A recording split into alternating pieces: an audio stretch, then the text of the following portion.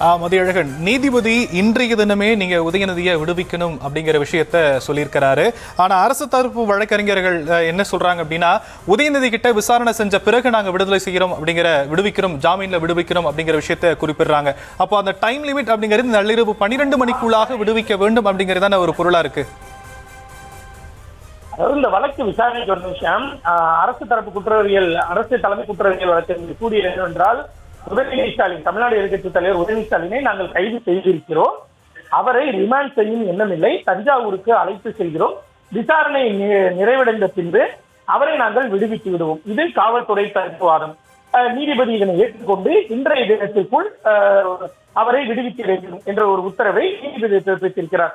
முதலில் காவல்துறை தரப்பை பொறுத்தவரைக்கும் ஒரு நபரை அவர்கள் கைது செய்கிறார்கள் என்றால் சம்பந்தப்பட்ட நபரை 24 மணி நேரத்தில் நீதிபதியிடம் ஆஜர்படுத்த வேண்டும். இதுதான் காவல்துறைக்கு இருக்கக்கூடிய ஒரு அவர்களுக்கு 24 மணி நேரம் மட்டும்தான், கைது செய்து 24 மணி நேரம் மட்டும்தான் அவர்கள் கஸ்டடியில் அவர் இருக்க முடியும். அதற்குள்ளாக அந்த குறிப்பிட்ட நபரை அவர்கள் நீதிமன்றத்தில் ஆஜர்படுத்த வேண்டும். இதுதான் சட்ட நடைமுறை.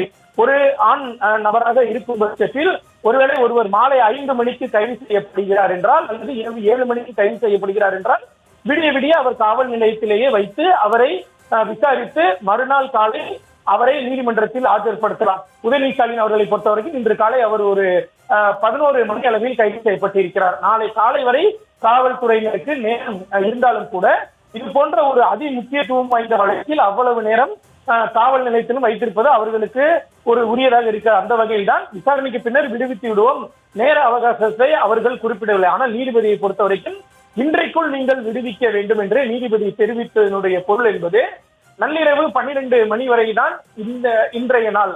எனவே 12 மணிக்குள்ளாக உதயநிதி அவர்களை விடுவிக்க வேண்டும் என்பதுதான் நீதிபதியினுடைய உத்தரவாக நாம் புரிந்து கொள்ள முடியும். நீதிபதி தற்பொழுது நீதிமன்றத்தில் இந்த உத்தரவை பிறப்பித்திருக்கிறார். இந்த உத்தரவு நகல் இன்னும் சிறிது நேரத்தில் நமக்கு கிடைக்கப்பெறும் என்று நாம் எதிர்பார்க்கலாம்.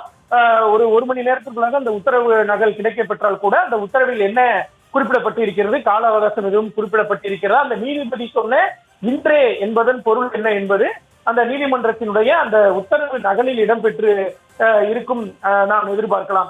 ஒரு ஆண் கைதி என்றால் அவர்கள் காவல் நிலையத்தில் இரவு கூட வைத்து விசாரிக்கலாம். ஆனால் ஒரு பெண் கைதியாக இருந்தால் அவர்கள் மாலை 6 மணிக்கு மேல் காவல் நிலையத்தில் வைத்திருப்பதற்கு காவலர்களுக்கு அதிகாரம் கிடையாது. ஆனால் இந்த விவகாரத்தில் நிலைமை வேறாக இருப்பதால் ஒரு 9 மணி அளவில் உதயநிதி ஸ்டாலின் அவர்கள் தஞ்சாவூர் காவல் நிலையம் அழைத்து செல்லப்பட்டாலும் கூட 1 மணி நேரம் 2 மணி நேரம் 11 மணி வரை அவரிடம் இரவு விசாரணை நடைபெற்றாலும் கூட 11 மணி அளவில் அவரை அனுப்பி வைப்பதற்கான, அவரை விடுவிப்பதற்கான வாய்ப்புகள் இருக்கின்றன. நீதிபதி இன்றே என்பது குறிப்பிட்டு இருக்கிறது என்பது இரவு 12 மணி வரை என்று நாம் தற்பொழுது பொருள் புரிந்து கொள்ளலாம். இருப்பினும் நீதிமன்றத்தின் அந்த உத்தரவு நகல் என்பது நமக்கு கிடைக்கப்பெறும். அதன் பின்புதான் அதாவது நீதிபதி குறிப்பிட்ட அல்லது அந்த உத்தரவில் அது போன்று இன்னும் தெளிவாக என்ன குறிப்பிட்டு இருக்கிறது என்பது நமக்கு தெரிய வரும்.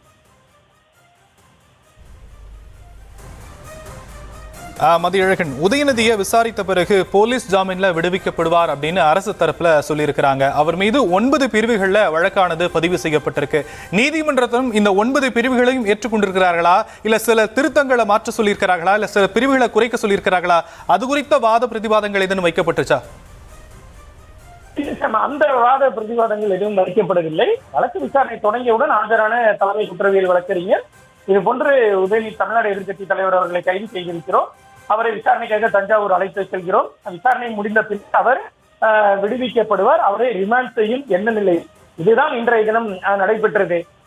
அதுபோல இந்த பிரிவுகள் எல்லாம் என்பது அது வழக்கு விசாரணையின் பொழுதுதான் நடைபெறும். ஒருவேளை உதயநிதி ஸ்டாலின் அவர்களை இன்றைய தினமே விடுவிக்கும் எண்ணமில்லை, அவரை நாங்கள் ரிமாண்ட் செய்ய போகிறோம், அவருக்கு ஜாமீன் வழங்கக்கூடாது என்று அரசு தரப்பில் ஒருவேளை இன்றைய தினம் வாதங்கள் வைக்கப்பட்டிருக்கும் பட்சத்தில் உதயநிதி ஸ்டாலின் அவர்கள் தரப்பில் வாதங்கள் வைக்கப்படும். இது போன்ற 9 வழக்குகள் பதிவு செய்திருக்கிறார்கள்.